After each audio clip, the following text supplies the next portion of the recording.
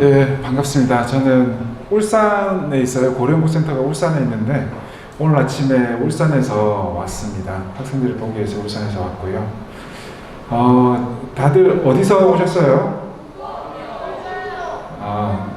여기서 멀지 않은 곳이죠? 그럼 바다에 자주 가보셨겠네요?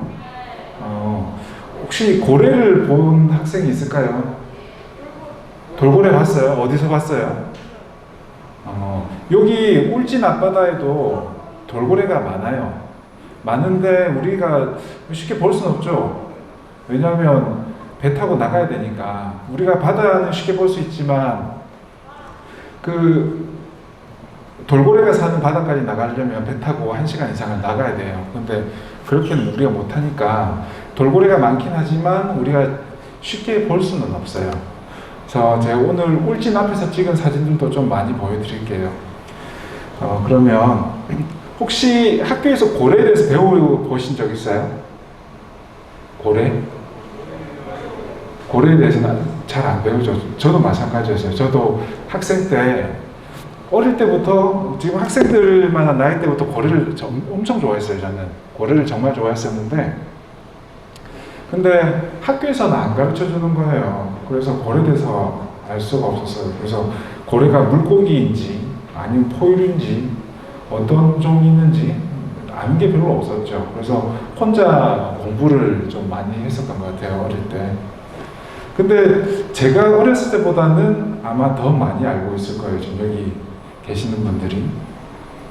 포유류가 뭔지 아세요 혹시?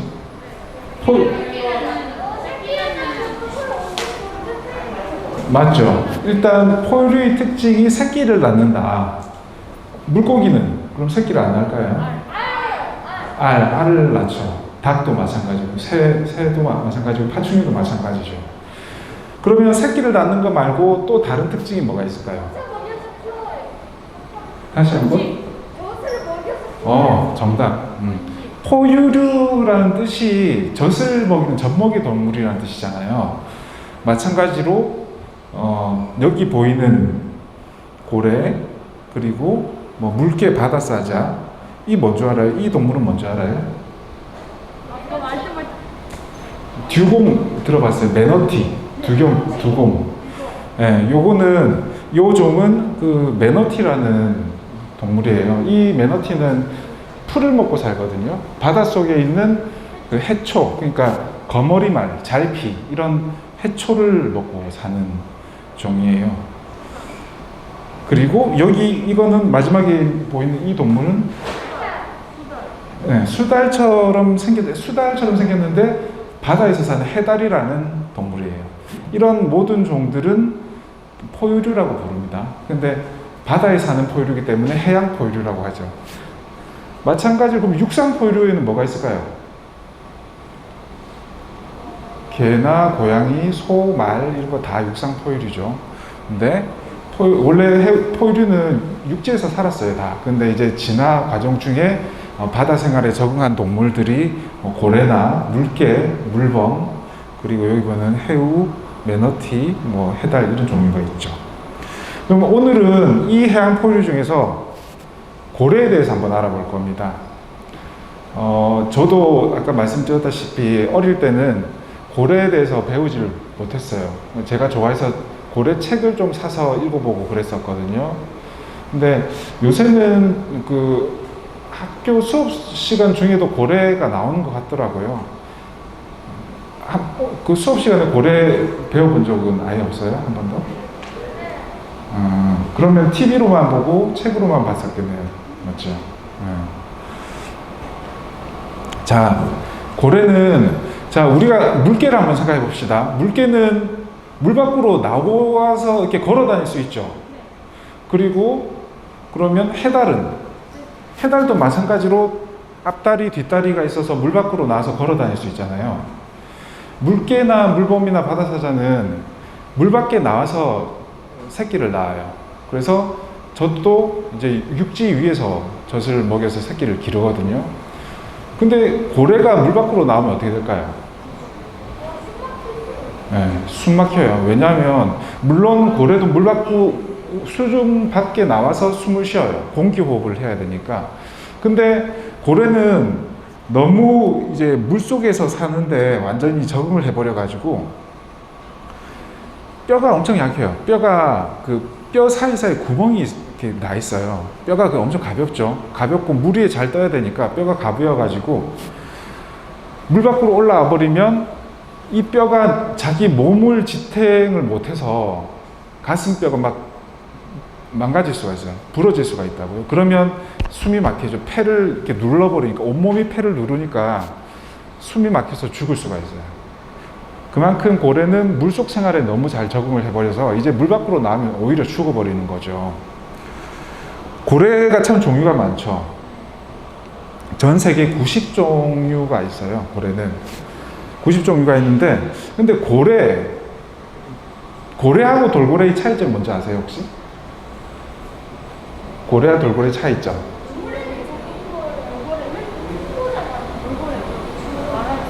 자, 대답해 볼까요, 학생? 고래?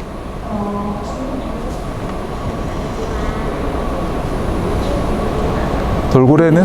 모르겠어요. 고래와 돌고래의 차이점은 뭐냐면, 아까 학생이 이야기한 것 같은데, 고래와 돌고래의 차이점. 뭐를 고래라고 하고 뭐를 돌고래라고 할까요?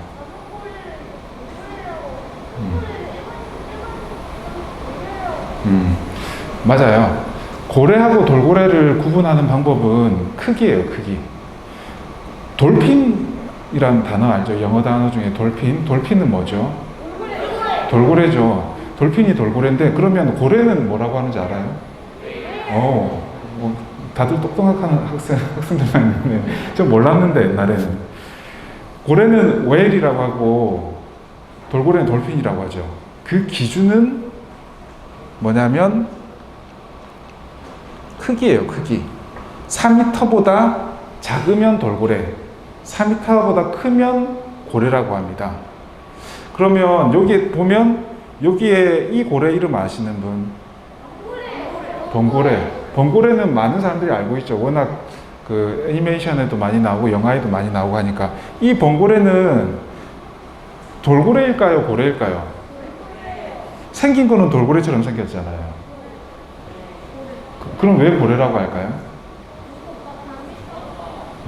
맞아요. 범고래는 제일 큰 범고래가 한 9.5m 정도 돼요. 4m보다 크기 때문에 이 범고래를 범돌고래라고 부르는 게 아니고 범고래라고 부르는 거죠. 그래서 영어로는 킬러웰이라고 하거든요.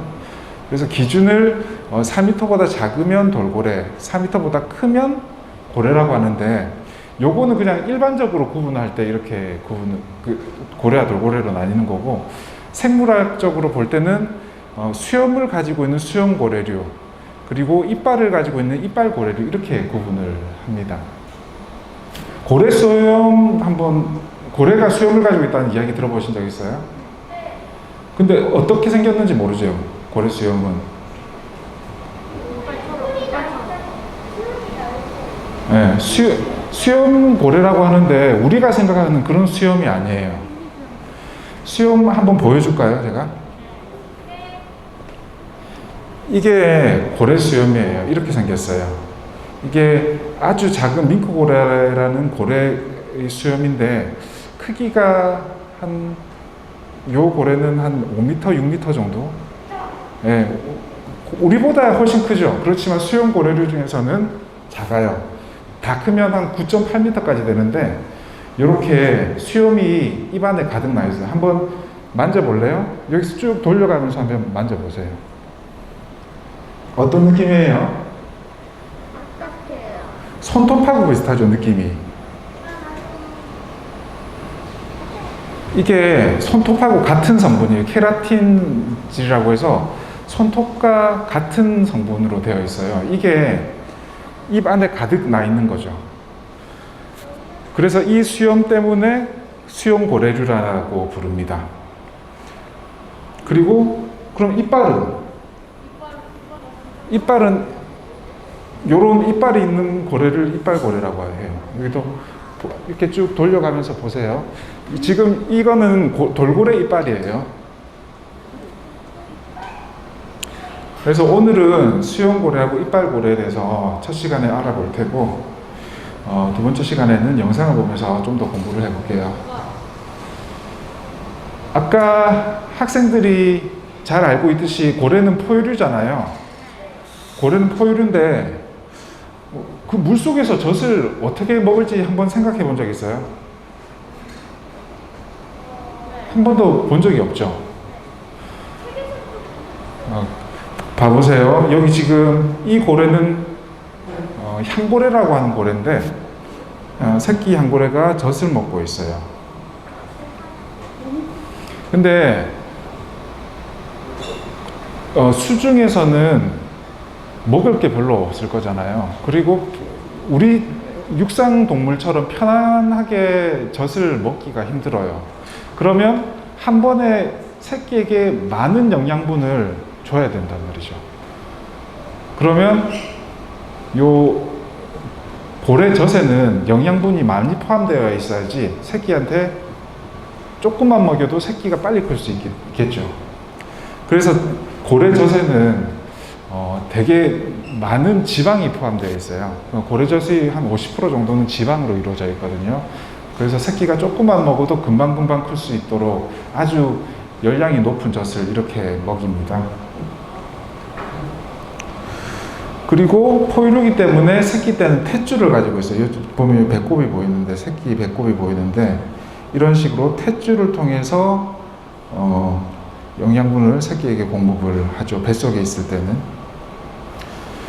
그리고 사람하고 마찬가지로 보통 개나 고양이는 출산을 할 때 많이 새끼가 많잖아요. 뭐 적게는 4마리부터 많으면 7마리, 8마리 이렇게 새끼를 낳는데 고래는 그렇진 않아요. 고래가 몇 년 정도 살까요? 수명이 얼마나 될까요? 6년, 7년 정도 살면 되게 얼마 못 살았는데 50년도, 그러니까 고래가 총 90종이 있다고 그랬잖아요. 90종류의 고래가 있는데 돌고래 같은 경우는 한 40년에서 50년, 큰 고래는 150년까지 살기도 해요. 근데 그렇게 오래 살면 그렇게 오래 살면 또 새끼를 이렇게 금방금방 낳고 그 새끼를 잘 기르기가 힘들어요. 보통 향고래 같은 경우는 태어난 지 20년이 지나야지 다 커요. 우리 지금 학생들도 지금 크고 있죠. 한참 크고 있죠. 향고래는 20년 동안 커야 돼요. 20년 동안 커야지 이제 그때 새끼를 낳을 수 있게 되거든요. 그래서 그 이후부터도 매년 새끼를 낳는 게 아니고 2년이나 3년 만에 출산을 해요.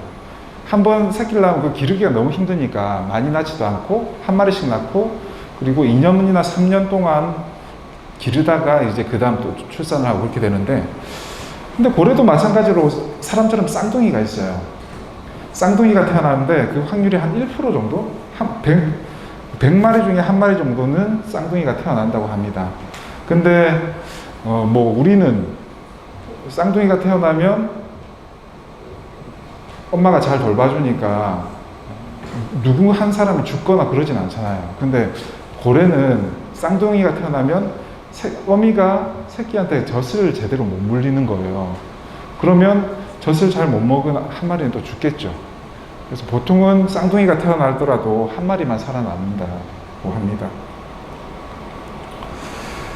우리나라에는 아까 90종의 고래가 있다고 했는데 그 중에서 35종의 고래가 분포를 해요. 우리나라 바다에 35종의 고래가 있는데 특히 많은 데가 여기 동해입니다. 동해에 고래가 많아요. 지금 서해에는 밍크고래나 상갱이라고 하는 작은 돌고래만 있고 동해에는 많은 종류의 고래가 있어요. 밍크고래, 뭐 낫돌고래, 참돌고래, 뭐 상갱이뿐만 아니고 많은 고래가 있는데 아마 보기는 힘들 거예요. 근데 배 타고 여기서 한 1시간 정도만 나가면 돌고래 떼를 쉽게 만날 수가 있어요. 혹시 죽은 돌고래를 보신 적 있어요? 여기 바닷가에 가보면 가끔씩 그물에 걸려서 죽은 돌고래가 나올 때가 있거든요. 해파리는 봤어요. 해파리, 뭐 물고기 바다 나가면 많이 볼 수 있지만 돌고래는 잘 못 볼 거예요. 많긴 하지만 그 많은 돌고래떼를 만나기 위해서는 또 바다 멀리 나가야 되니까 잘 못 보죠. 근데 제가 고래 연구를 한 지금 20년 정도 했어요. 20년 정도 쭉 해왔는데 저는 이제 배 타고 나가서 고래를 보니까 많이 봐요. 저 어제도 보고 왔어요. 어제는 제주도에서 여기 보이는 남방 큰돌고래라는 고래를 연구하고 왔는데, 이렇게 뭐 우리나라 뭐 서해나 동해나 뭐 제주도나 어딜 가도 고래는 많이 있습니다. 그렇지만 우리 눈에 잘 안 띈다고 해서 고래나 돌고래가 없는 건 아니에요. 많아요. 많은데 바다 멀리 나가야 되니까 잘 안 보이는 것일 뿐이죠. 그러면 이렇게 많은 어떤 고래가 있나 우리나라에, 그럼 이 고래의 특징은 뭔가에 대해서 제가 좀 설명을 드리려고 해요. 먼저 수염고래. 그 수염 다 만져보셨죠? 이게 우리가 사람의 수염하고는 좀 많이 달라요. 이게 판처럼 생겼거든요. 그래서 고래 수염판이라고 하는데, 이 판이 그 입 안에 촘촘히 나 있는 거죠. 그래서 이렇게 확대를 보면 이렇게 되어 있어요. 아까 수염 중에서 바깥쪽에 수염 털 같은 게 좀 붙어 있는 게 있었죠. 그게 이렇게 촘촘하게 되어 있단 말이죠. 그러면 물하고 먹이를 같이 입안에 머금어요. 머금고 난 다음에 입을 꽉 닫은 채로 혓바닥으로 물만 이렇게 바깥으로 밀어내요. 그러면 수염을 통해서 물은 밖으로 빠져나가지만 물과 함께 같이 섭취했던 안에 물고기라든지 작은 크릴 같은 작은 생물들은 입안에 남아있겠죠. 그러면 삼켜버리는 거예요. 그렇게 수염고래는 그렇게 먹이를 먹어요. 이런 식으로 물과 먹이를 같이 머금은 다음에 입을 꾹 닫고 물만 밖으로 빼내는 거죠. 수염고래는 뭘 먹을까요? 네. 물고기도 먹고, 오늘 답이 다 나왔어요. 물고기도 먹고, 플랑크톤도 먹고, 크릴도 먹고. 크릴도 플랑크톤의 일종이에요. 플랑크톤이 뭐죠?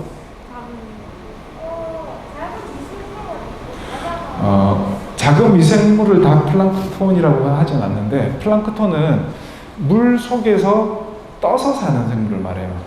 그럼 물 속에서 떠서 사는 생물 중에는 물고기도 있을 수 있죠. 근데 물고기를 플랑크톤이라고 하지 않아요. 왜냐하면 플랑크톤과 다른 생물을 구분하는 기준은 헤엄을 치는 능력이 얼마나 있냐로 구분을 하거든요. 크릴을 예로 들어봅시다. 크릴은 헤엄을 칠 수 있죠. 그렇지만 그 운동 능력이 그렇게 뛰어나지 않아요. 그래서 물 수중 속에서 이렇게 뜬 것처럼 보인단 말이죠. 그래서 이렇게 물 속에서 떠서, 그러니까 뭐 한자로 이야기하자면 부유하는 생물을 플랑크톤이라고 하는데, 그 동물성 플랑크톤 중에서는 이런 요광류라는 게 있어요. 이걸 확대해 보면 이렇게 생겼어요. 작은 벌레처럼 생겼어요. 이런 게 큰 떼를 이루어서, 이 방만한 큰 떼를 이루어서 모여 있어요. 그러면 고래가 나타나서 물과 함께 이렇게 잡아 먹어버린다는 거죠. 그럼 이렇게 1cm도 안 되는 아주 작은 동물이거든요, 이 요광류는. 그런데 때로 수십만 마리가 때로 있으면 먹을 게 많겠죠. 이 수염고래가 한 마리 한 마리씩 잡아먹진 않아요. 수십만 마리 모여있으면 그때 같이 물과 함께 삼켜버리는 거죠. 이런 동물성 플랑크톤인 요광류를 먹고,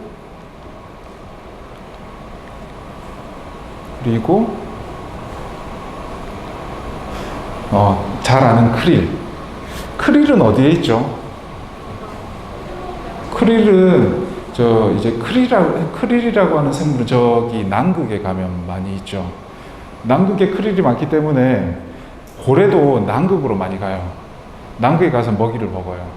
근데 울진 앞바다에도 크릴하고 아주 비슷한 생물이 있어요. 이제 크릴도 요 남바다 곤쟁이라는 종류에 속하는 생물인데, 이제 남극에 있는 남바다 곤쟁이를 크릴이라고 부르고, 울진에도 남바다 곤쟁이가 많이 있어요. 때로 있어요. 보면 이건 제가 울진 앞바다에서 찍은 건데, 잘 보일지 모르겠지만 바다에 파란 바다에 빨간색으로 이렇게 물들어 있죠.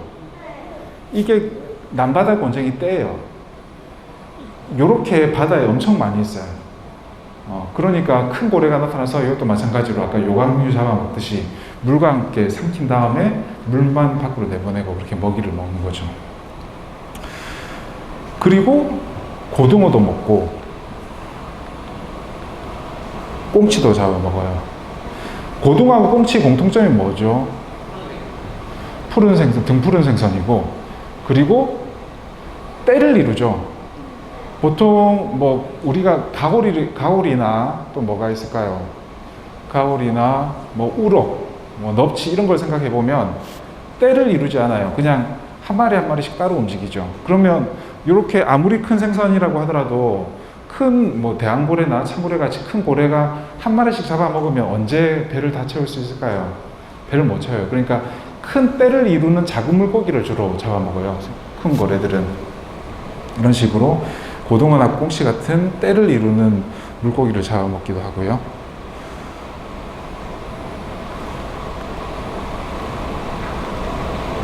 이런 큰 수용고래류 중에는 여러 가지 종류가 있는데, 고래 중에서 혹시 이름 알고 있는 고래 있어요? 귀신고래, 흰긴 수용고래, 또 향유고래. 어떤 고래? 무슨 고래? 범도고래? 범고래? 예, 많은 고래 다 맞아요. 뭐 흰긴 수용고래도 있고 향유고래도 있고 귀신고래도 있고 많은 고래가 있죠. 예전에 귀신고래도 여기 울진 앞바다를 지나쳐서 저기 울산까지 내려가기도 했었는데, 이 귀신고래는 예전에 너무 많이 잡아버렸어요. 귀신고래는 왜 귀신고래인지 아세요 혹시? 고래를 잡으려고 바다에 나가잖아요. 근데 귀신고래를 발견하고 이제 작사를 사서 잡으려고 하는데 귀신같이 사라진대요. 고래가 갑자기 물속에 쑥 들어와서 어디에서 나타날지 모르기 때문에 귀신처럼 신출귀몰을 하다 해서 귀신고래라는 이름이 붙었는데, 예전에 우리나라에 많았고 많은 만큼 또 많이 잡아서 지금은 거의 멸종 위기에 놓여져 있어요. 우리나라에서는 1977년도 이후에 발견된 적이 한 번도 없어요. 아직까지. 그만큼 멸종 위기종인데, 뭐 귀신고래도 그렇고 아까 이야기 나왔던 흰긴 수용고래 전부 다 수용고래류 일종입니다. 먼저 가장 대표적인 게 아마 요 참고래가 되지 않을까 싶은데, 참고래는 수용고래류에 속하고 흰긴 수용고래 다음으로 큰 동물이에요. 제가 이제 흰긴 수용고래에 대해서 좀 이따 다시 이야기를 할 텐데, 저는 흰긴 수용고래라고 하지 않고 대왕고래라는 이름을 씁니다. 그 이유에 대해서 좀 말씀을 드릴게요. 참고래가 크기가 28m 정도 돼요. 세계에서 두 번째로 큰 동물이고, 뭐 학생들 공룡 좋아하죠? 공룡이 그 지구상에서 가장 큰 동물일까요? 지금까지 지구 역사가 얼마죠? 네, 45년? 그 정도 되죠. 그 지구상에 존재했던 모든 동물 중에서 가장 큰 동물은 공룡일까요? 그럼 뭐죠? 네, 제가 고래 이야기하고 있으니까 아마 답이 고래가 아닐까요? 고래가 맞아요. 고래는 지금까지 지구상에 존재했던 모든 동물 중에서 가장 크고, 가장 무거운 동물이에요. 지금 참고래도 28m라고 했는데, 뭐, 무게로 따지면 한 120톤까지 나가요. 어마어마하죠. 공룡보다 훨씬 커요. 왜 그러면 공룡이 지구상에 존재했던 동물 중에서 가장 큰 동물이 아니었을까요? 땅 위에 사니까. 우리가 땅 위에서 이렇게 걸으려면 뼈가 튼튼해야 되잖아요. 몸이 너무 커지면 내 몸을 지탱할 수가 없어요. 중력 때문에. 근데 물속에서는 어때요? 물속에서는 우리가 그 수영을 해보면 알잖아요. 물속에서는 물 위에 둥둥 뜨죠. 힘을 빼도 그냥 그 물 위에 뜰 수 있잖아요. 그렇기 때문에 중력의 영향을 받지 않기 때문에 물속에서는 몸집을 이렇게 키울 수가 있는 거예요. 근데 공룡은 그게 안 됐죠. 공룡 중에서 가장 큰 공룡이 뭐죠? 브라키오사우루스? 맞아요? 제가 공룡은 잘 몰라가지고 답이 뭔지 모르겠어요. 브라키오사우루스도 그렇죠. 그 습지대에 살았죠. 물속에서 이제 반쯤 이제 몸을 잠근 채로 그 물풀 같은 걸 뜯어먹고 살았잖아요. 그래도 새끼를 낳거나 이제 활동할 때도 육지로 올라와야 되는데, 하마처럼. 그러면 크고 두꺼운 다리로 걸어야 되는데, 뼈가 아무리 단단하더라도 그 몸을 지탱할 수 있는 한계가 있다고요. 그래서 무한대로 몸집을 키울 수는 없었어요. 근데 창고래나 뭐 대왕고래 이런 거는 수중에서 살기 때문에 몸을 엄청나게 키울 수가 있었죠. 이렇게 생겼어요. 제가 요거는 태평양에 나가서 찍은 사진인데, 창고래는 안타깝게도 아까 귀신고래 때도 이야기했지만 우리 바다에는 지금 별로 찾아볼 수가 없어요. 왜 그럴까요? 네, 너무 많이 잡아버렸어요. 큰 고래는 새끼를 많이 안 낳는다고 그랬잖아요.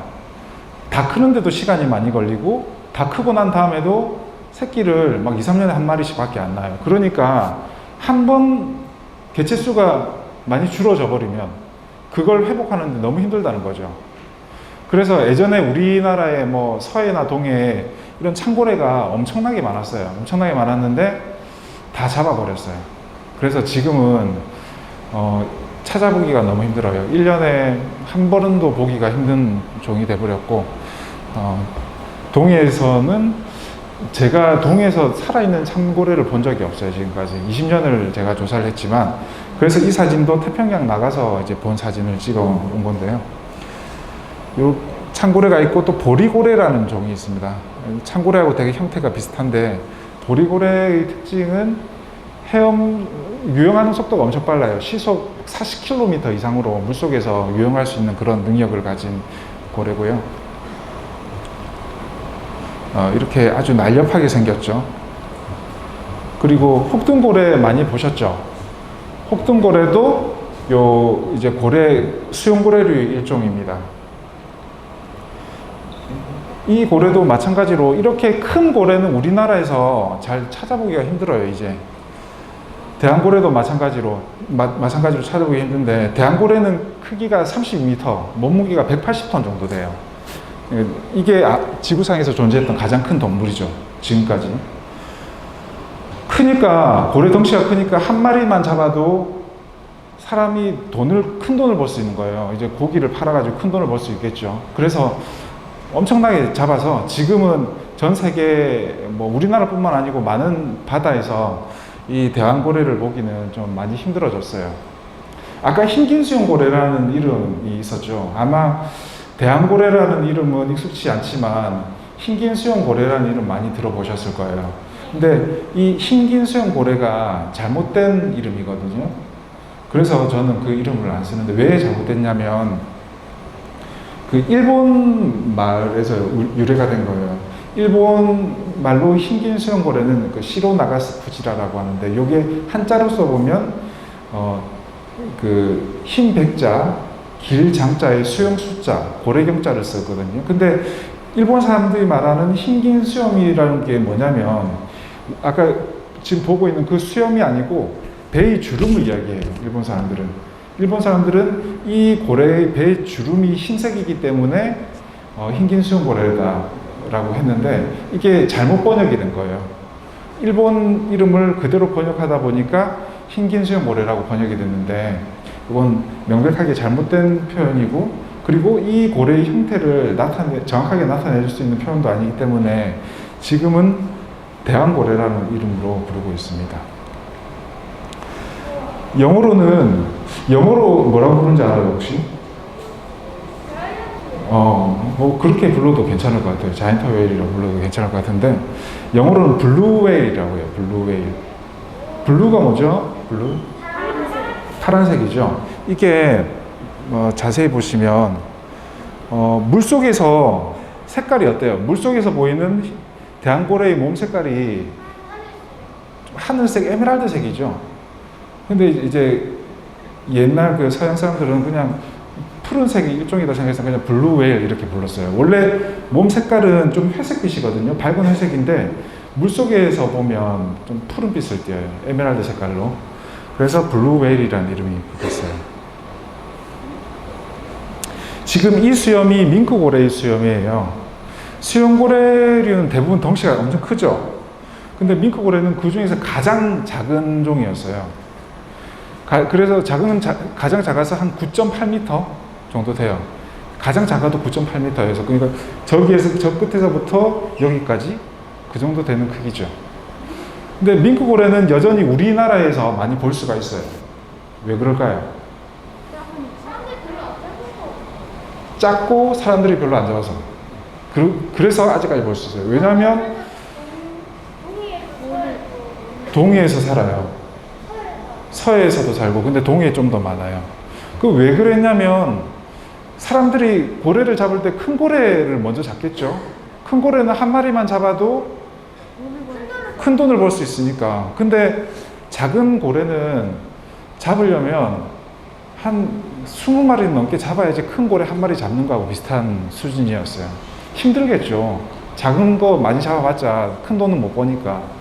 그러니까 밍크고래가 보여도 그냥 지나가 버렸던 거예요, 사람들이. 안 잡고. 그러니까 아직까지 살아남은 거예요. 그래서 동해에 가면 여전히 밍크고래는 좀 많이 만나볼 수가 있습니다. 밍크고래의 등인데요. 이렇게 생겼어요. 그리고 이제 이빨고래가 있는데 우리가 흔히 생각하는 돌고래가 다 이빨고래에 속하고, 그리고 아까 이야기했던 향유고래도 이빨고래에 속합니다. 향유고래는 덩치가 어마어마하게 크죠. 한 18m 정도 돼요. 제일 큰 게. 수컷이 그 정도 되고 암컷은 좀 작아서 16m 정도 되는데 엄청 크죠. 보면 이빨고래, 이건 큰 돌고래라고 하는 종인데 이빨고래의 특징은 이렇게 이빨이 나 있어요. 근데 이빨이 어떤 것 같아요? 우리 이빨하고 한번 비교를 해볼까요? 네. 맞아요. 다 송곳니죠? 어금니 역할은 뭐죠? 음식을 이렇게 뭉개는 역할, 그러니까 씹는 역할을 하죠.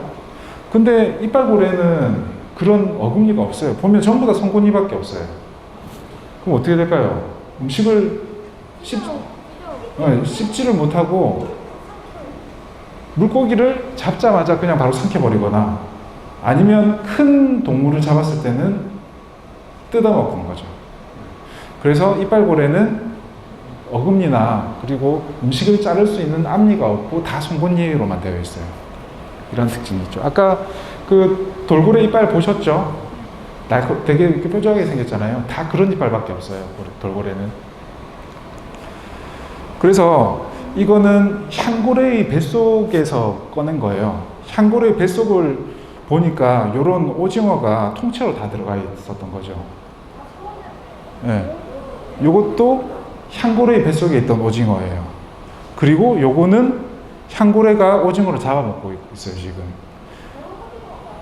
예, 대왕 오징어예요. 수심 2000m 정도에 사는 대왕 오징어를 향유고래라고도 하죠. 향유고래가 이렇게 잡아먹고 있어요.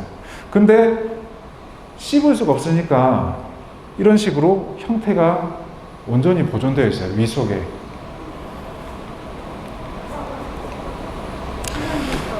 제가 이제 이런 강의를 하다 보면 가장 많이 받는 질문이 뭐냐면, 백상아리하고 고래하고 싸우면 누가 이길까요? 이 질문을 되게 많이 받아요. 맞아요. 오늘 학생들은 다들 많이 알고 있어가지고 제가 별로 설명해 드릴 게 없네요. 그 번고래하고 백상아리하고 싸운다고 가정을 해봅시다. 뭐 그런 경우는 잘 없어요. 왜냐하면 상대가 안 되기 때문에. 여기 보이는 번고래는 무리 생활을 하고 지능이 엄청 높죠. 그래서 해양 생태계에서 가장 높은 위치를 차지하고 있어요. 지금 요 앞에 보이는 요것도 돌고래예요. 지금 번고래가 돌고래를 잡아먹기 일보 직전인 상황인 거예요, 이게. 돌고래도 그 해양 생태계 내에서는 큰 물고기를 잡아먹기 때문에 포식자죠. 그렇지만 그 돌고래마저도 잡아먹는 게 범고래입니다. 네? 크게 이야기해 볼까요? 그 커다란 고래도 잡아먹죠, 그 범고래가. 맞아요. 백상아리도 그냥 장난감처럼 갖고 놀지만 범고래가 꽤나 좀 잔인한 모습을 보여줄 때가 많아요. 그 대왕고래도 그렇고 귀신고래도 어미하고 새끼 귀신고래가 이제 먹이를 먹기 위해서 알래스카 쪽으로 쭉 이동을 하게 되는데, 봄철이 되면 그 어미와 새끼를 공격을 하는 거예요. 어떻게 하냐면 범고래 여러 마리가 몰려서 새끼를 어미한테 떼내요. 그 어미는 안달이 나서 새끼를 보호하려고 하지만 여러 마리가 어미를 막아서는 거예요. 그러면 다른 범고래 무리가 새끼 등 위를 타고 계속 물속으로 눌러버려요. 그러면 고래는 숨 쉬어야 되잖아요. 포유동물이기 때문에 물 밖으로 나와서 숨을 쉬어야 되는데 숨을 못 쉬는 거예요. 숨 쉬러 나오려고 하면 다른 범고래가 몸 위로 올라가서 밑으로 계속 눌러요. 그럼 새끼가 숨 못 쉬어서 익사를 하는 거예요. 고래도 익사를 하거든요. 숨을 못 쉬게 해서 죽인 다음에 혓바닥만 조금 떼먹고 그냥 가버려요. 범고래가 되게 잔인한 게 내가 생존을 위해서, 내가 살아남기 위해서 다른 고래를 공격하는 게 아니고 그냥 재미로 공격을 하는 거예요. 엄청 잔인하죠. 근데 이런 거는 여러 종류의 다른 돌고래에서도 관찰이 돼요. 이게 범고래만 그런 습성을 가지고 있는 게 아니고 우리가 생각할 때 돌고래는 아주 귀엽고 깜찍하고 사람하고 친근한 그런 이미지잖아요. 그런데 그 생태를 들여다보면 되게 잔인한 모습을 많이 볼 수가 있어요. 근데 이것도 결국은 이 종이 계속 이렇게 생존해 나가기 위한 하나의 방편이긴 한데, 우리 이제 연구하는 사람들 보면 되게 인간의 기준으로 보면 되게 잔인할 때가 많죠. 범고래는 TV에서 많이 봤죠. 되게 독특하게 생겨가지고 아마 쉽게 구분을 하실 수 있을 겁니다. 그리고 여기 울진에서 가장 쉽게 볼 수 있는 돌고래예요. 요 사진은 제가 아마 포항에서 찍었어요. 포항에서 찍은 사진인데, 포항에서부터 울진 사이에, 저 위에 그 삼척까지 이 참돌고래가 아주 많이 있어요. 자, 이 참돌고래하고 이 참돌고래, 둘 다 같은 참돌고래인데 차이점을 알 수 있어요? 요거하고 요거 어떤 차이가 있을까요? 맞아요. 사는 데가 다른데, 사는 데가 달라서 형태도, 생김새도 좀 달라요. 이거하고 이 참돌고래하고.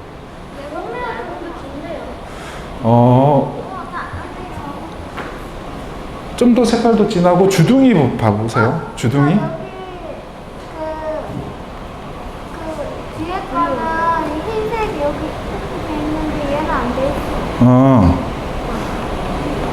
그런 약간의 차이, 색깔 차이도 있는데, 보면 요게 주둥이가 더 길어요.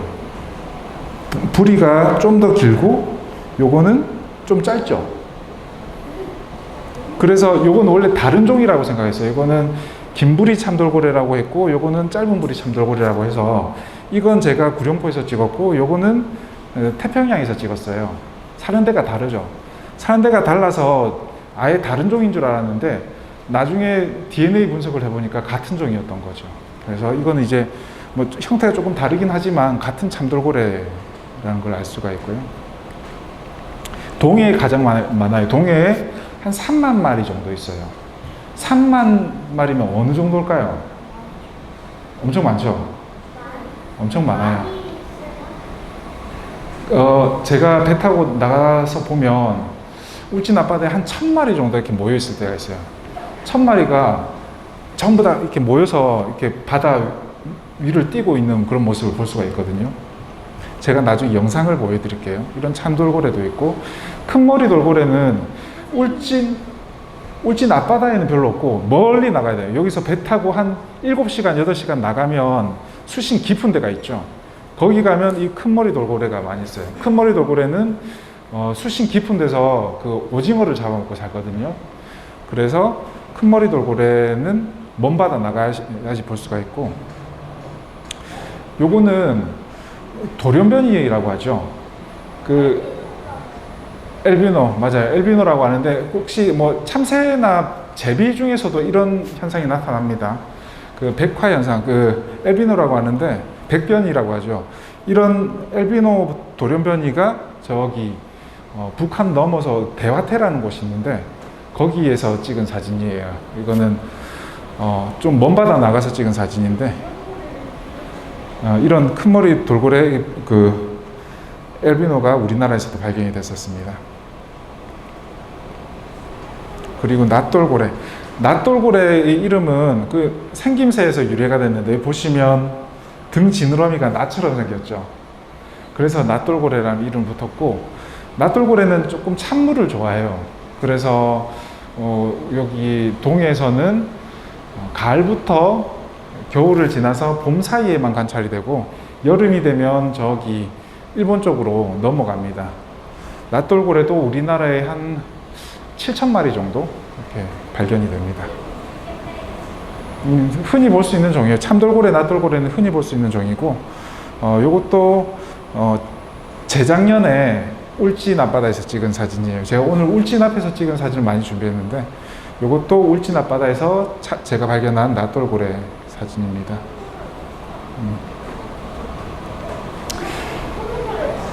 상갱이는 동해에는 별로 없어요. 동해에는 저기 좀 수심이 얕은 울산 앞에까지만 있고 울진까지는 올라오지 않습니다. 상갱이의 특징이 뭐냐면 동해처럼 깨끗한 물에서는 잘 안 살아요. 좀 물이 좀 탁하고 좀 앞이 잘 안 보이는 그런 바다에서 살거든요. 서해 가봤어요? 서해? 서해가 그런 바다죠. 서해는 좀 물이 뿌옇죠. 뿌옇고 좀 수심도 얕고 그런 장소를, 갯벌이 형성되어 있는 그런 바다를 좋아해요, 상갱이는. 그래서 서해에만 한 10,000마리 넘는 상갱이가 있는데 이렇게 생겼어요. 근데 머리도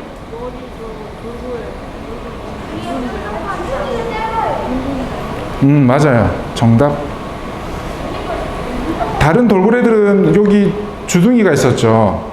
근데 상갱이는 없고 등 지느러미가 없어요, 상갱이는. 그래서 꼬리도 좀 더 다르고, 그래서 영어로는 pinless porpoise라고 해서 그 지느러미가 없는 돌고래라고 그렇게 불러요. 이런 상갱이는 서해나 남해에 많이 있고. 좀 충격적인 사진인데 상갱이 수십 마리가 이렇게 죽어 있어요. 왜 죽냐면 우리가 물고기를 먹잖아요. 그럼 물고기를 어떻게 잡아요? 낚시로만 잡는 게 아니고 그물을 쳐서 잡죠. 근데 그물을 쳐서 잡으면 거기에 물고기만 잡힐까요? 네. 나는 멸치만 잡고 싶은데 그물을 치면 멸치만 잡히는 게 아니에요. 멸치도 잡히고 새우도 잡히고 뭐 가오리도 잡히고 상갱이도 잡히는 거예요. 그래서 1년에 서해에서 그물에 잡히는 상갱이가 1,000마리가 넘어요. 그러면 그 1,000마리가 살아남냐? 다 죽어요. 그게 큰 문제예요, 지금. 이거는 상갱이만의 문제가 아니고 서해에서는 상갱이가 이렇게 많이 죽고 동해에서는 아까 보여드렸던 참돌고래가 1년에 300마리 정도 죽어요. 그래서 이렇게 그물에 걸려서 죽는 돌고래의 수를 줄이는 게 저같이 이제 연구하는 사람들의 역할인데, 그런 이제 어구도 개발하고 또 상갱이가 참돌고래가 그물 쪽으로 오지 않도록 이제 수중에서 소리를 내주는 그런 기계가 있어요. 그런 걸 좀 부착하기도 하고 하는데, 이런 식으로 많은 상갱이가 요새는 그물에 걸려서 죽고 있고, 예전에는 고래를 잡았기 때문에 고래수가 이렇게 줄어들었어요. 근데 이제는 고래는 잡지 않아요. 고래는 이제 보호해야 될 생물이기 때문에 고래를 잡진 않지만 이런 그물에 의해서 죽는 고래가 생기고, 그리고 요새는 또 그 해양 쓰레기가 많죠. 바다에 쓰레기가 많이 들어가잖아요. 그러면 그 쓰레기를 돌고래가 해파리인 줄 알고 먹는 경우가 있어요. 갖고 놀다가 삼켜버려요. 그래서 예전에 제가 한번 그 부검을 해본 적이 있는데, 돌고래 위 속에 그 플라스틱이 비닐이, 큰 비닐이 뭉쳐 있는 거예요. 그래서 저 창자 쪽으로 연결되는 그 구멍을 막아버리니까 아무리 먹이를 먹어도 소화를 못 시키고 배만 이렇게 부른 채로 죽은 고래를 본 적이 있었거든요. 이런 게 요새 큰 문제예요. 혼액 문제, 그물에 걸려서 죽는 고래 문제, 그리고 바다 쓰레기 문제. 고래가 이제 잡혀서 죽진 않지만 그런 식으로 그물이나 쓰레기 때문에 많이 죽어나가죠. 그리고 제가 어제 보고 온 남방 큰돌고래인데, 남방 큰돌고래는 제주도에 가면 볼 수 있어요. 우리가 정말 학생들이 고래를 보고 싶다 하면 제주도 가면 언제든지 볼 수 있어요. 제주도에 그 모슬포라는 곳이 있거든요. 모슬포 위에 그 해변을 따라서 이동하다 보면 이 남방 큰돌고래를 바로 만날 수가 있습니다. 제주도에 한 120마리 정도가 있고요. 저런 상처는 서로 싸우다가 생겨요. 이 남방 큰돌고래는 서로 잘 싸워요. 수컷들끼리 잘 싸워요. 그래서 저게 이빨 자국이에요. 이빨이 되게 송곳니처럼 날카롭죠. 그래서 이빨로 다른 놈을 이렇게 무는 거예요. 물면 저런 상처가 생겨요. 다 이런 것들이 이빨 자국입니다. 근데 빨리 안 물어요. 저런 이빨 자국들은. 이렇게 남방 큰돌고래는 우리가 쉽게 볼 수 있는 이유는 뭐냐면, 참돌고래는 3만 마리가 동해에 있지만 쉽게 볼 수 없는 게 좀 멀리 떨어져 있기 때문에. 근데 남방 큰돌고래는 120마리밖에 안 되지만 바로 해변가 쪽에 살아요. 막 수심이 4m, 5m밖에 안 되는데 그쪽에서 그 광어 같은 걸 잡아먹고 살거든요. 그러니까 우리 눈에 쉽게 띄죠. 많이 없어도.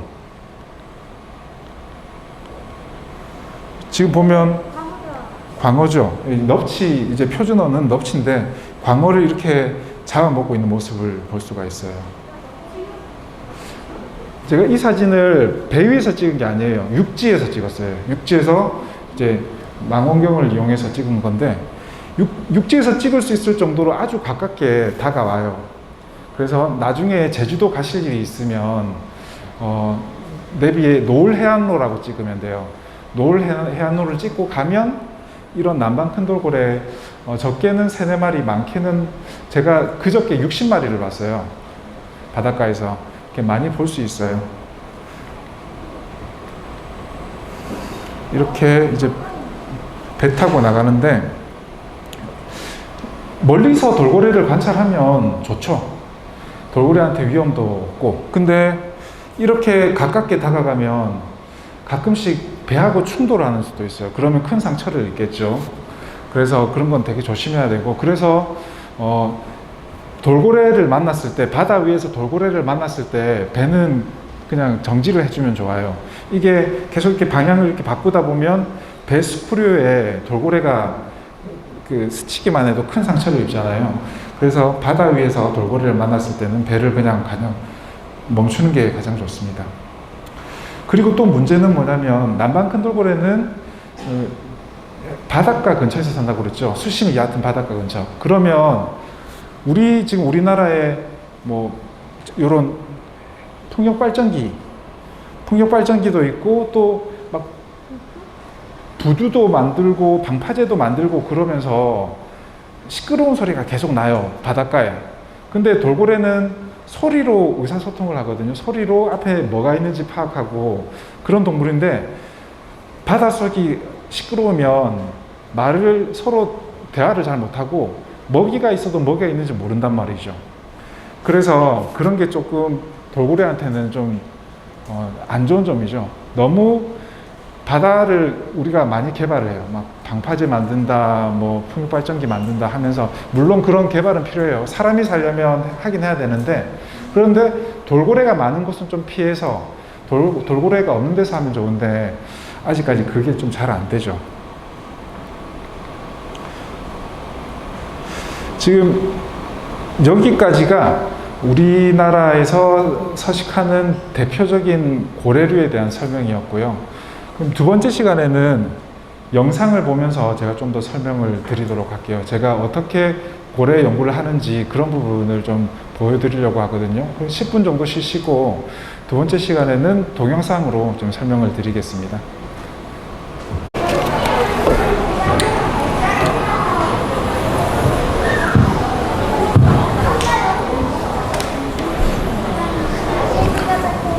자, 이걸로 할게요. 다들 오셨어요? 자리 앉으셨어요? 네.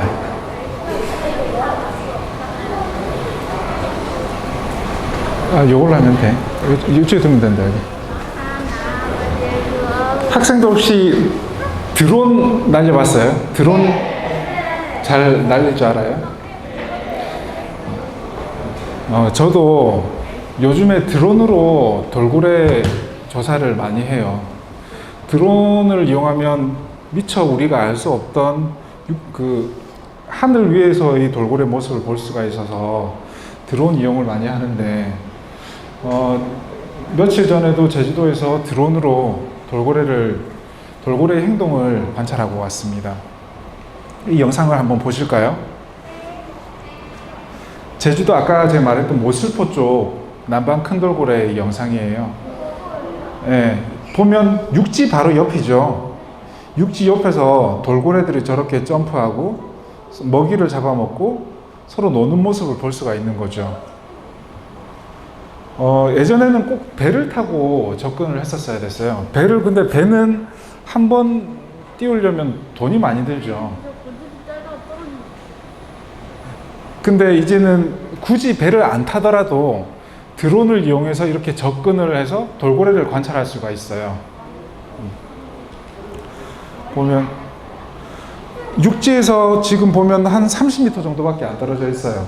그러니까 저기 해변가 도로를 따라서 이렇게 이동하다가 돌고래를 발견하면 이렇게 촬영을 할 수가 있는 거죠. 이거는 육지에서 지금 그 캠코더를 이용해서 찍은 영상이에요. 돌고래 지금 새끼 보이죠? 어미하고 새끼가 같이 다니는 걸 볼 수가 있고 이렇게 이동하다가 먹이를 또 잡아 먹어요. 물속으로 잠수를 해서 방금 새끼가 또 뛰었죠. 오래 태어난 새끼예요. 저런 되게 작은 1m 정도 되는 작은 개체는 오래 태어나는 건데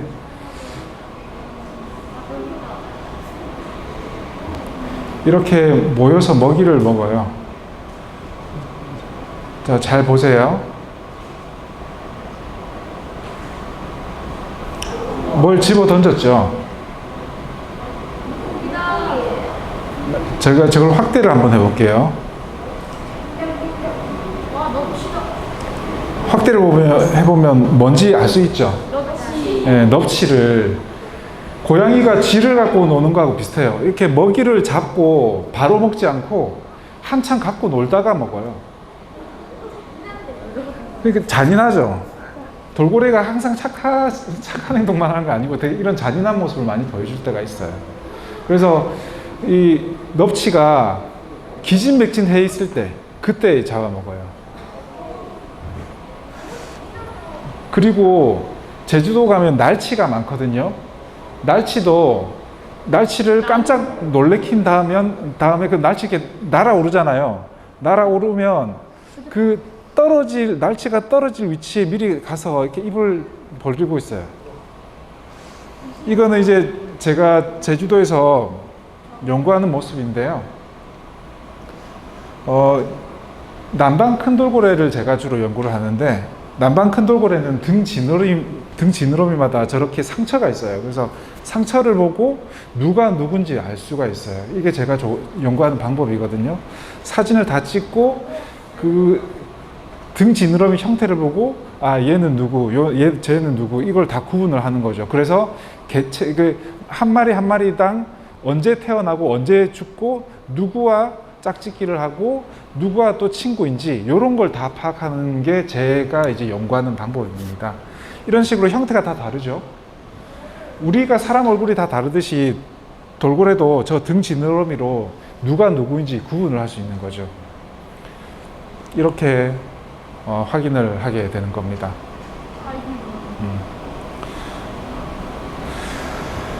그리고 이런 연구도 하고 이제 바다에 나가서 어떤 연구를 하는지 제가 잠시 보여드릴게요. 다른 영상 좀 보여주실 수 있어요? 이거는 이제 큰 배를 타고 나가서 여기는 동해예요. 동해 부산에서 출발해서 저기 속초까지 쭉 올라가면서 이렇게 관찰을 하게 되는 거죠. 저희 연구원들이거든요. 이렇게 큰 배, 한 50m 되는 큰 배예요. 큰 배를 타고 나가서 울릉도 근처예요. 여기는 울릉도하고 독도 사이에 돌고래를 발견하게 되면 이렇게 쫓아가요. 쫓아가서 몇 마리인지 확인하고 이 돌고래가 어떤 종인지, 지금 여기는 참돌고래인데 참돌고래가 몇 마리 있는지, 어디에서 발견했는지 이런 것들을 기록하게 되는 거죠.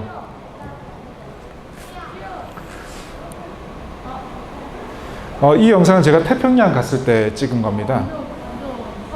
동해에는 작은 돌고래가 많고 태평양에 나가면 큰 고래가 있어요. 근데 큰 고래는 잡을 수가 없죠. 그래서 어떻게 하냐면 DNA 분석을 하기 위해서 뭐가 필요하죠? 머리카락 아니면 피를 뽑거나 그렇게 해야 되죠. 저 뽑을 때막 피막 그거 받아서. 그거를 제가 좀 이따 이야기해 드릴게요. 보면 이렇게 큰 고래는 DNA 분석을 유전자 분석을 하기 위해서 살점을 조금 뜯어내요. 그렇게 하기 위해서 저 총 같은 게 있는데 이 다트를 쏴서 살점만 딱 뜯어내는 거죠.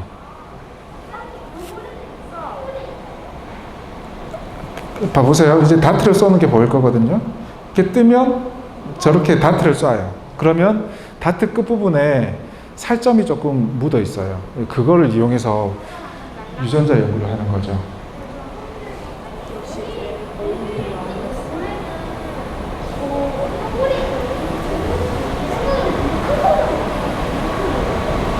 밍크고래? 크게 말해볼까요? 뭐라고요? 이 고래는 브라이드 고래라고 하는 종이고 동해도 있어요. 동해도 있는데 잘 안 보이죠. 이렇게 큰 고래는 태평양에 나가야지 잘 볼 수가 있죠. 이런 식으로 고래의 살점을 조금 뜯어서 그걸 가지고 유전자 검사도 하는 연구를 하고 있고, 조금 아플 수 있어요. 모기가 문 정도? 이렇게 큰 고래니까 살점 조금 뜯어내는 게 그렇게 아프진 않아요.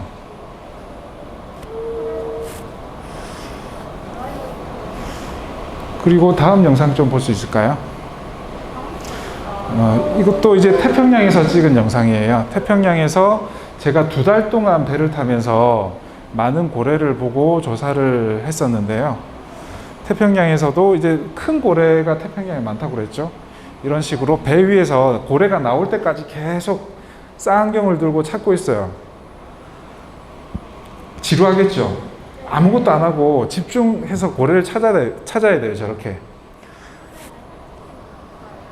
네? 왜 선생님은 없어요? 제가 찍고 있으니까 제 얼굴이 안 나요. 네, 이 영상은 다 제가 찍고 있는 거예요. 그래서 돌고래를 쭉 탐색하다가 고래가 발견이 되면 이제 배를 타고 이동을 하게 되는 거예요. 발견하게 되면. 그래서 고래가 나타날 때까지 계속 이렇게 기다려요. 계속 찾고 기다리고 엄청 지루하죠. 해 뜨고 난 다음부터 해 질 때까지 계속 이렇게 고래만 찾고 있어요. 고래 어떨 때는 12시간 동안 한 번도 고래를 발견 못한 적도 있어요. 얼마나 힘들겠어요. 지루하고. 12시간 지나고 나서 포기하죠. 그럼. 네. 방금 뭐 보였죠? 저를 이제 분기라고 하는데 보통 이제 고래가 물을 뿜는다고 하잖아요. 그 잘못된 표현이에요. 우리가 숨 쉴 때 폐에서 물이 나오진 않죠. 그러면 고래는 같은 포유류인데 숨 쉴 때 물이 나올까요? 물이 나오는 게 아니고 이제 그 분기고 콧구멍 주위에 물이 좀 고여 있어요. 그게 튀어서 오르는 거죠. 튀어서 지금 물을 뿜는 것처럼 보이는 거예요. 지금 또 작은 돌고래들이 보이죠? 저렇게 바다에서 보면 여러 마리가 떼를 이루어서 이동하는 것을 쉽게 볼 수 있어요. 동해에서도 쉽게 볼 수 있고, 여긴 태평양이지만 또 큰 고래가 물을 분기를 했죠 지금. 창고래입니다 저건. 아마 당연히 학생들 잘 모르겠지만 저는 저렇게 분기하는 모습을 보고 이게 어떤 고래인지 알 수가 있어요. 저기 창고래다 아니면 긴수염고래다. 그리고 이건 2015년도에 제가 찍은 건데 경남 남해가 어딘지 아세요? 경남 남해. 남해라고 거기 양식장에 이렇게 큰 고래가 걸린 적이 있었어요. 그러면 지금 이 고래는 긴수염고래라고 하는데 전 세계에 300마리밖에 남아 있잖아요 지금. 그러면 전 세계에 300마리밖에 없는데 여기 한 마리가 죽으면 어떻게 되겠어요? 299만. 그렇죠. 계속 이렇게 죽어나가면 이 고래는 멸종하게 되는 거예요.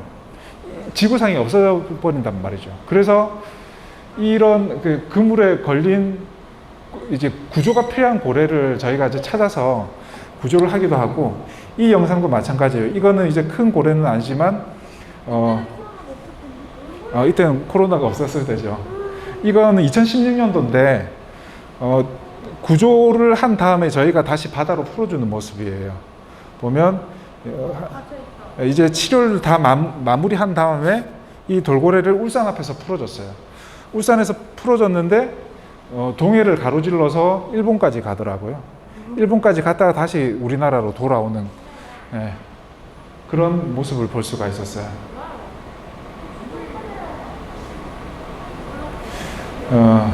이게 이런 활동들이 이제 고래를 연구하는 제가 하는 일입니다. 재밌겠죠?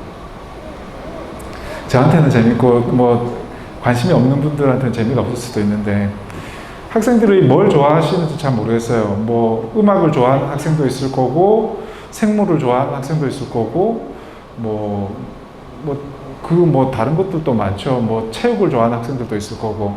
근데 저는 어릴 때부터 이런 고래를 엄청 좋아했었어요. 그래서 그게 결국은 제 직업이 됐는데, 그래서 제가 아마 학생만 할 때부터 이제 막연하게 고래를 연구하고 싶다라는 생각은 있었어요. 근데 방법을 몰라가지고 책이라든지 그냥 다큐멘터리 이런 걸로 그냥 독학을 했었죠. 그래서 지금도 마찬가지예요. 우리나라에서 고래를 연구하는 사람이 얼마 안 돼요. 우리나라 통틀어서 한 6명 정도 될까? 많지 않아요. 그렇죠. 그 6명 중에 한 명이죠. 그래서 좀 많이 알았으면 좋겠어요. 우리나라 사람들이 우리 바다에 동해에는 이런 고래가 있다. 지금 보여드렸던 것처럼 밍크고래도 있고 참돌고래도 있고, 근데 잘 몰라요. 우리나라에 고래가 있다는 사실조차 모르는 게 대부분이거든요. 그래서 되게 안타까워요. 이것도 지금 이렇게 나오고 있는 영상 전부 다 동해에서 다 찍은 거예요. 동해에서 찍은 영상들인데 밍크고래 영상이거든요. 이런 고래가 우리가 살고 있는 우리 집 앞에도 있다라는 걸 좀 많이 알아주셨으면 좋겠어요. 학생들 중에서 학생들이 미래에 뭘 하게 될지 모르겠지만 고래에 관심 있으면 이런 식으로 저같이 고래를 연구하는 사람이 될 수도 있고, 아니면 다른 게 관심 있으면 다른 걸 할 수도 있는데, 아직까지 우리나라에서는 고래에 대해서 많이 잘 모르고 있지 않나 사람들이. 그래서 제가 이제 역할이라고 생각하는 게, 이런 연구를 통해서 많은 사람들이 고래에 대해서 좀 더 알게끔 하는 게 제 역할이라고 생각을 합니다. 혹시 제가 준비한 건 이제 다 마무리된 것 같은데, 혹시 궁금한 거 있어요, 고래에 대해서? 이렇게 가까이 가도 돌고래들은 도망 안 갑니다. 워낙 호기심이 강하기 때문에 배 쪽으로 붙어요, 돌고래들이. 그래서 뱃머리에서 저렇게 노는 모습을 잘 볼 수가 있죠. 놀아요. 배하고 같이 놀아요. 왜냐하면 배가 빠른 속도로 이동하게 되면 앞에 파도가 생기죠. 파도가 생기면 그거를 사람이 서핑하듯이 파도를 타고 놀아요. 그래서 배가 가면 이렇게 배 가까이 와서 같이 노는 거죠. 이것도 다 울진에서 찍은 사진들입니다. 울진 앞바다에서. 있는 학생 있어요?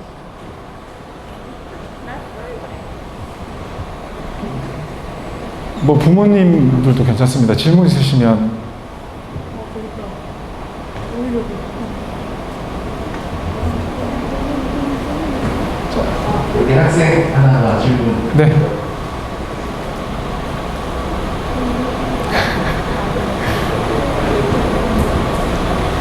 네. 돌고래는 지능이 어느 정도 되는가요? 아, 돌고래 지능에 대한 질문을 꽤 많이 받는데 상당히 답하기 어려운 질문인 것 같아요. 왜냐하면 지능이라는 게 결국은 인간 기준이거든요. IQ라는 게 인간 지능을 판단하는 기준이지 동물의 지능을 판단하는 기준이 아직까지는 없습니다. 그래서 우리가 생각하는 지능은 그런 거잖아요. 수리 능력, 그리고 공간 지각 능력, 이런 거거든요. 그런데 돌고래가 셈을 할 수는 없을 거고, 당연히. 언어도 사람처럼 되게 복잡한 언어 체계를 가지고는 있지 않아요. 그런 기준으로 보면 지능이 한참 떨어진다. 그렇지만 그거를 인간 기준으로 봤을 때 인간의 몇 프로다. 이렇게 말하는 거는 보통 이제 저널리스트들이 많이 쓰는 표현인데, 인간 기준을 100으로 보면 돌고래를 80이다. 이렇게 쉽게 말할 수 있어요. 왜냐하면 이거는 과학자가 하는 말이 아니고 저널리스트들이 하는 말이니까 이게 틀려도 상관없거든요.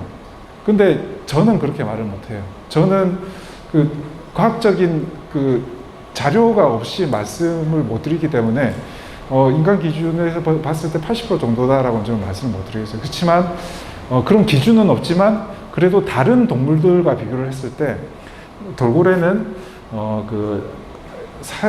복잡다단한 사회를 구성하고 있고, 그리고 그 안에서 사람들이 보이는 여러 가지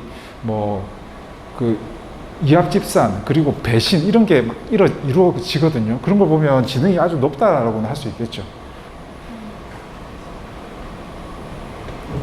혹시 또 질문이 있는 분 계신가요? 네, 학생.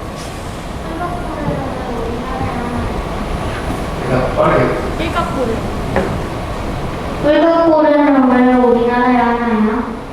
일각고래. 일각고래가 왜 우리나라에 나오냐? 아, 일각고래. 일각고래도 알고 있다니 놀라운데요. 일각고래는 어떻게 생긴 줄 알죠, 학생? 기다린 뿔이 있는 고래잖아요. 뿔이 아니라 송곳니 아니에요? 너무 잘 알고 있어서 할 말이 없다. 맞아요. 그거는 송곳니예요.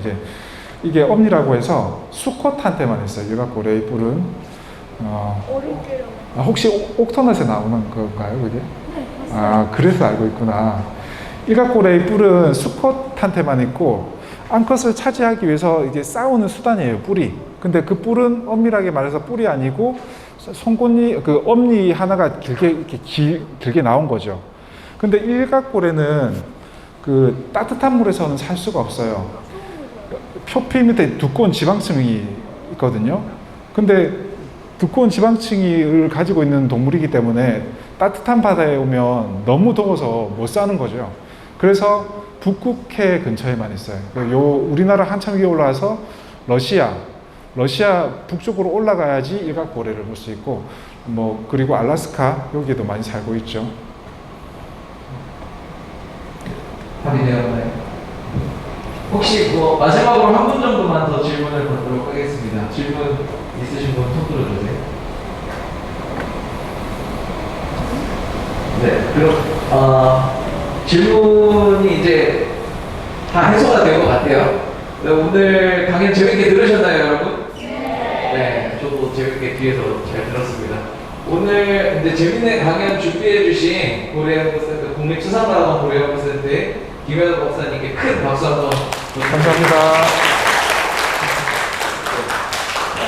그럼 오늘 박사님께서 강연 수고해 주셨는데요. 저희가 다음 시간에는